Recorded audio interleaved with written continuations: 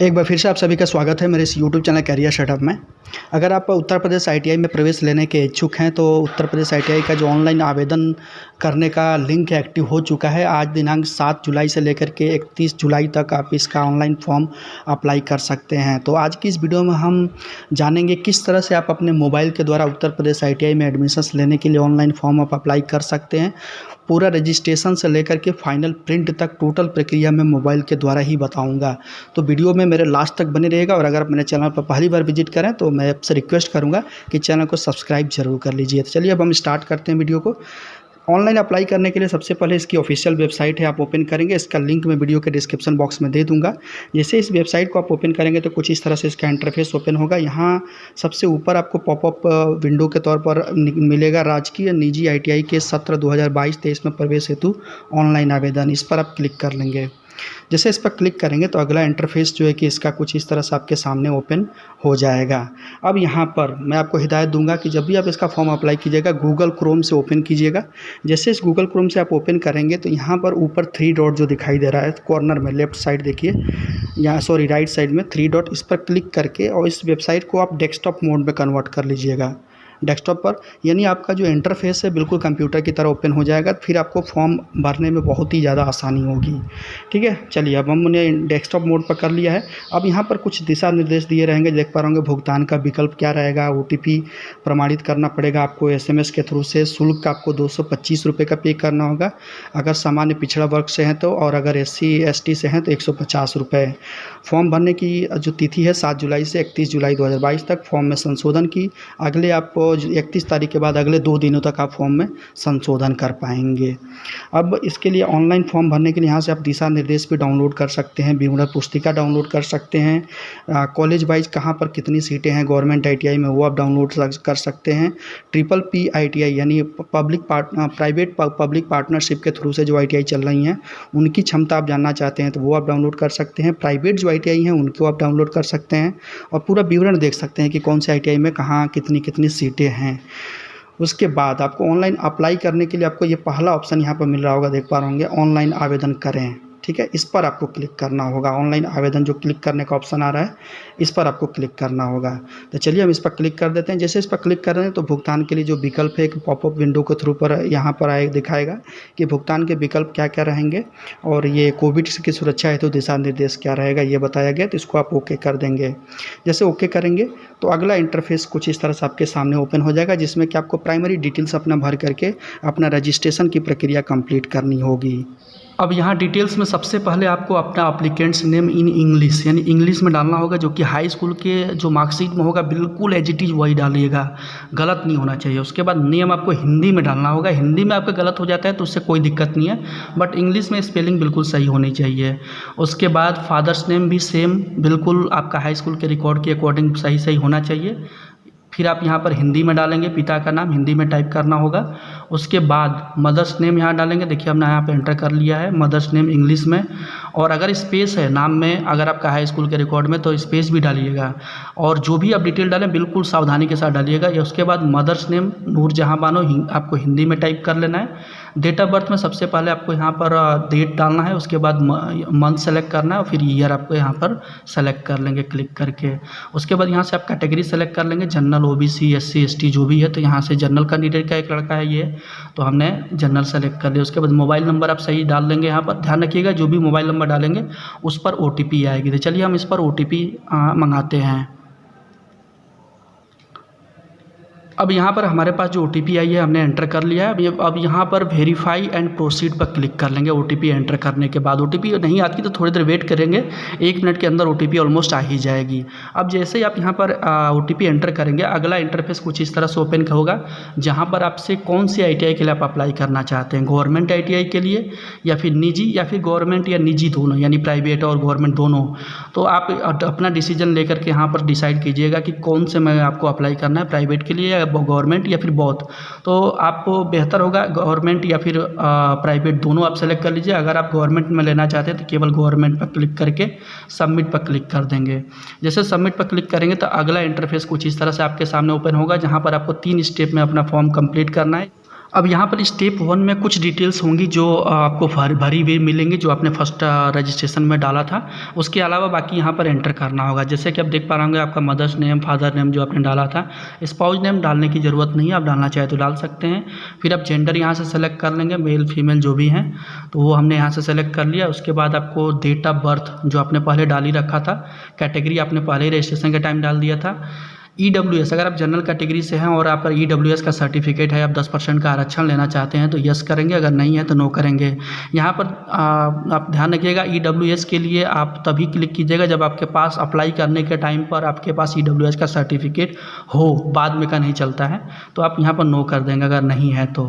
उसके बाद सब कैटेगरी यहाँ से सेलेक्ट कर लेंगे, यानी कौन सी आपकी सब कैटेगरी है। तो अगर इनमें से कोई भी नहीं है तो आप छोड़ देंगे, वैसे ही खाली छोड़ देंगे, यानी सेलेक्ट करें पर क्लिक करके वैसे ही छोड़ देंगे। अगर आप दिव्यांग हैं यानी विकलांगता है, इनमें से कुछ भी अगर आपका, तो सेलेक्ट कर लेंगे, अदरवाइज वैसे ही छोड़ देंगे। माइनॉरिटी कैटेगरी यानी आप अल्पसंख्यक से रिलेटेड रखते हैं किसी, तो जो वो आप यहाँ से सेलेक्ट कर सकते हैं।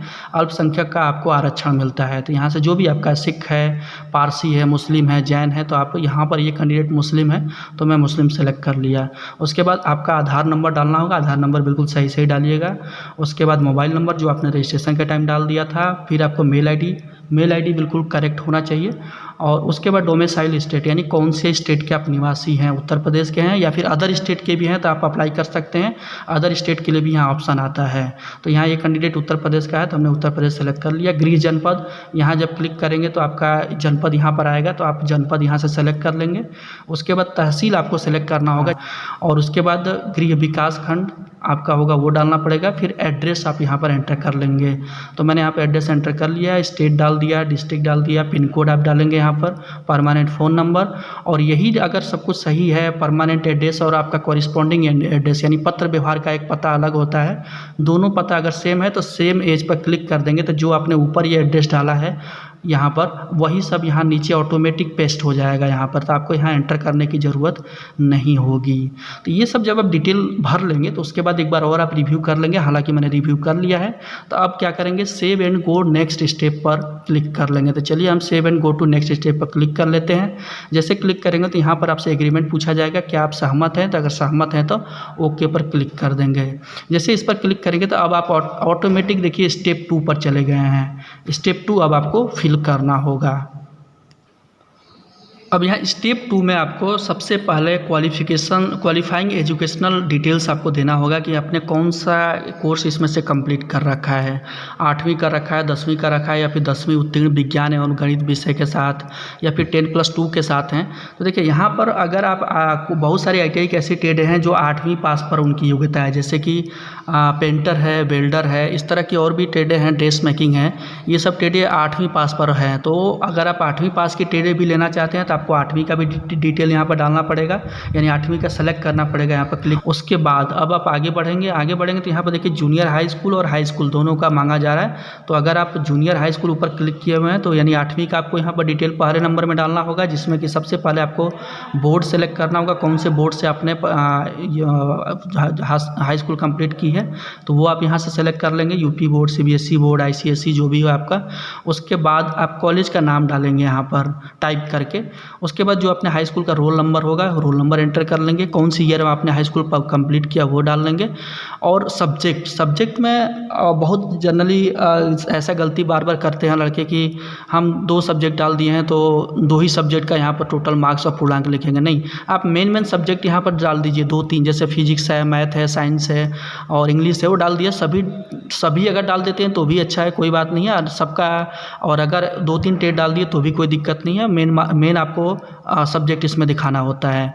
उसके बाद मैक्सिमम मार्क यानी कितना टोटल पूर्णांक था आपका हाई स्कूल का था 600, और कितना आपने प्राप्त किया तो वो आप यहाँ पर डालेंगे। अब डालेंगे बिल्कुल करेक्ट डालिएगा, थोड़ा भी अगर प्लस माइनस हुआ तो ऐसे में आपका मेरिट जो है कि वेरिफिकेशन के टाइम डिस्टर्ब हो जाएगी, फिर आपका एडमिशन लेने में आपको दिक्कत हो जाएगी, आप एडमिशन नहीं ले पाएंगे। तो इसलिए परसेंटेज आपका बिल्कुल एग्जैक्ट आना चाहिए जो आपके हाई स्कूल में है। तो आप पूरा अच्छे से जोड़िएगा पूरा मार्क्स को, और टोटल यहाँ पर पूर्णांक जो 600 हाई स्कूल का होता है वो आप डाल लेंगे यूपी बोर्ड के लिए।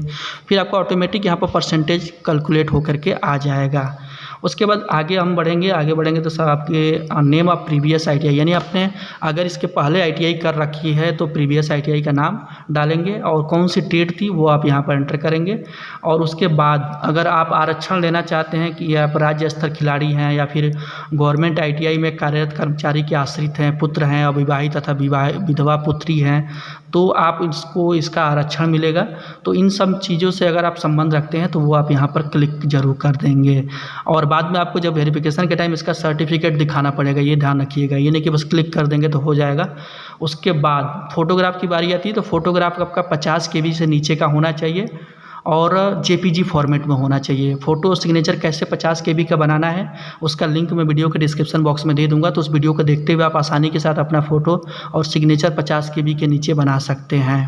उसके बाद जब बन जाएगा तो यहाँ पर आप अपलोड करने के लिए अपलोड पर क्लिक करेंगे और अपलोड पर क्लिक करके अपने मोबाइल में जहाँ पर भी आपकी जो फ़ोटोज़ है वो रखी हुई है वो यहाँ से फाइल पर जा कर के सेलेक्ट कर लेंगे और फिर इसको अपलोड कर देंगे। तो मैंने यहाँ पर चलिए अपलोड कर दिया है, यहाँ पर देख पा रहे होंगे अपलोड हो चुका है। उसी तरह सिग्नेचर, यहाँ पर जो भी आपका सिग्नेचर्स होगा उसको पहले से बना करके रख लीजिएगा, 50 KB से अंदर की साइज़ हो, इसकी JPG फॉर्मेट हो। यहाँ नीचे देख पा रहे होंगे लिखा भी हुआ है।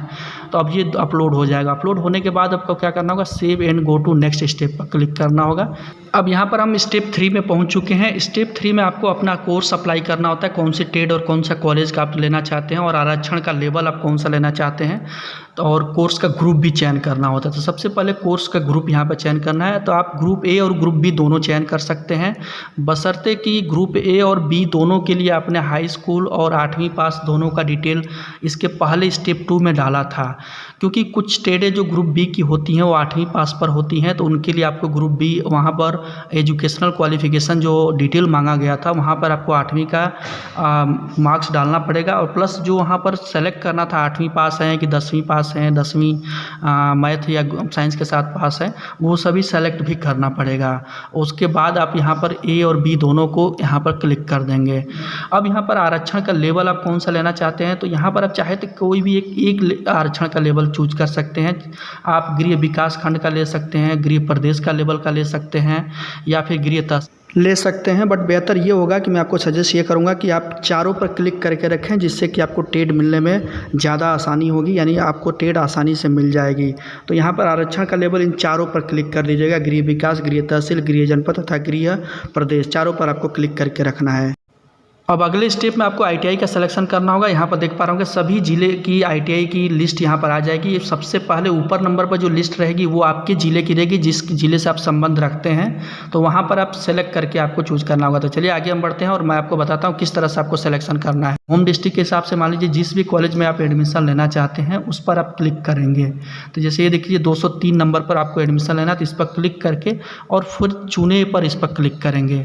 अब यहाँ पर बता दूँ, अगर आप गवर्नमेंट ITI में एडमिशन लेना चाहते हैं, गवर्नमेंट ITI में एडमिशन लेने के इच्छुक हैं, तो आप अधिकतम 3 ज़िले चूज कर सकते हैं, 6 कॉलेज चूज कर सकते हैं तथा 10 ट्रेडें सेलेक्ट कर सकते हैं। ध्यान रखिएगा, 3 ज़िले, 6 कॉलेज और 10 ट्रेड चूज कर सकते हैं अगर आप गवर्नमेंट के लिए अप्लाई कर रहे हैं तो।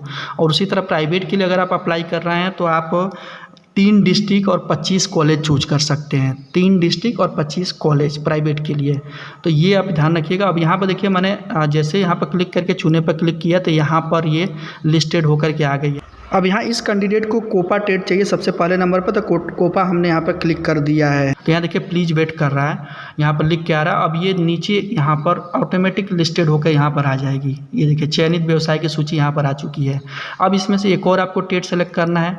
जैसा कि मैंने बताया कि आप गवर्नमेंट के लिए अप्लाई कर रहे हैं तो 10 ट्रेड, अधिकतम 10 ट्रेड के लिए अप्लाई कर सकते हैं और 6 कॉलेज सेलेक्ट कर सकते हैं। तो यहाँ पर देखिए 2 हमने ट्रेड यहाँ पर सेलेक्ट कर लिया है। अब हमको कॉलेज मान लीजिए एक और सेलेक्ट करना है, मोदहा के बाद एक और सुमेरपुर अगर हमको सेलेक्ट करना है तो उसके लिए हमने यहाँ पर क्लिक कर दिया और फिर चुने पर क्लिक कर दिया। तो ये कॉलेज भी यहाँ लिस्टेड होकर के देखिए आ जाएगा। अभी देखिए नीचे आ चुका है, लिस्टेड होकर के ये आ चुका है। और हटाना कैसे है, मान लीजिए आपने चेंज कर लिया और आपको लगता है कि बदलाव करना है, हमको ये कॉलेज नहीं चाहिए और ना ही हमको व्यवसाय चाहिए, तो इस पर क्लिक कीजिए। और इस पर क्लिक करने के बाद यहाँ पर देखिए व्यवसाय हटाए का ऑप्शन आ रहा है।